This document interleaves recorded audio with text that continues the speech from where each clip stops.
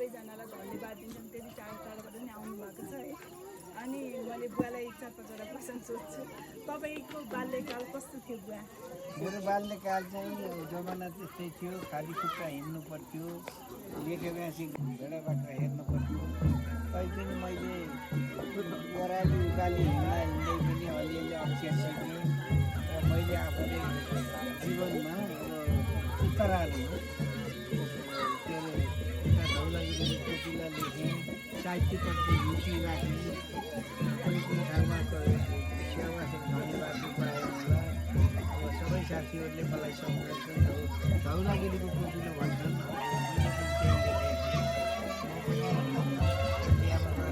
सबै साथीहरूले गरेर नेपालको मान मैले केही कुराहरू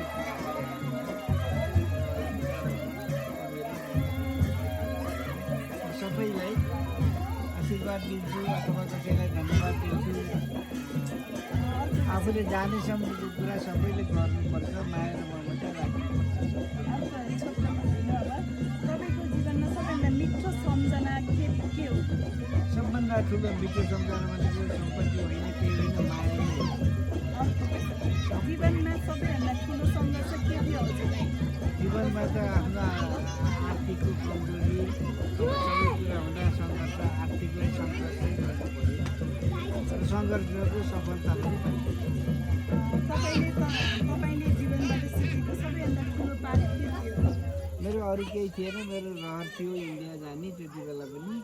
अनि इन्डिया गएँ, आफूले चाहेअनुसार काम गरेँ र आफ्नो कार्यकाल पुरा भयो। तपाईँका लागि परिवार भनेको त एउटा मुटुकै घुम्नु जसको लागि मेरो मात्रै नभएर सबै परिवार भनेको सबभन्दा मिठो माया र सद्भाव हो। अरू तपाईँ आफ्ना सन्तानप्रति सबैभन्दा गर्व लाग्ने चाहिँ के हो? मैले त सबैभन्दा गर्व लाग्ने काम मैले होइन, भगवान्को कृपा होला, मैले राम्रोसँग हुर्काएँ सबैलाई र आफ्नो आफ्नो बाटो लिएर अहिले सबैभन्दा पछाडि छैन, अगाडि छ। सफल र खुसी जीवन के जस्तो लाग्छ हजुरलाई? जीवनको खुसी त मान्छेले मान्नुपर्छ, त्यो चाहिँ आफै आउने चिज होइन। खुसी माने खुसी हुन्छ, दुःख माने। अब हजुरलाई लास्ट के सन्देश दिन चाहनुहुन्छ? आजको पुस्तालाई त मैले के भन्छु भने अब अहिले जमानै त्यस्तो छ, सबैभन्दा अब नक्कल झक्कल बढी छ मान्छेहरूलाई। त्यसमा अलिकति थामिएर काम गर्ने र सुख भयो भनेर नमात्तिनु, दुःख भयो भने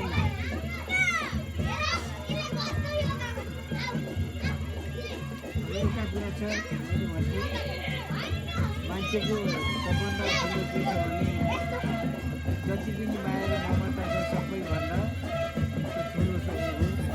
अनि अर्को कुरा गतिलासित भेट्नुदा कतिखेर छुट्टी जस्तो हुन्छ, गतिलासित भेट्नुदा कहिल्यै नछुट्नु जस्तो हुन्छ। मलाई चाहिँ बहुत खुसी छ, सबै आइपुग्नु छ, मैले गरेँ सबै ठिक छ, कुनै कमी छैन। अब सबै हजुरले अब सबैजनालाई समस्तमा हामीलाई आशीर्वाद दिनु। म आशीर्वाद सबैलाई छ।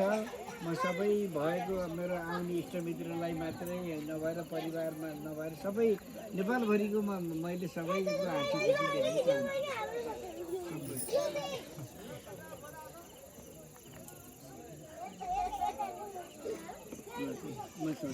मेरो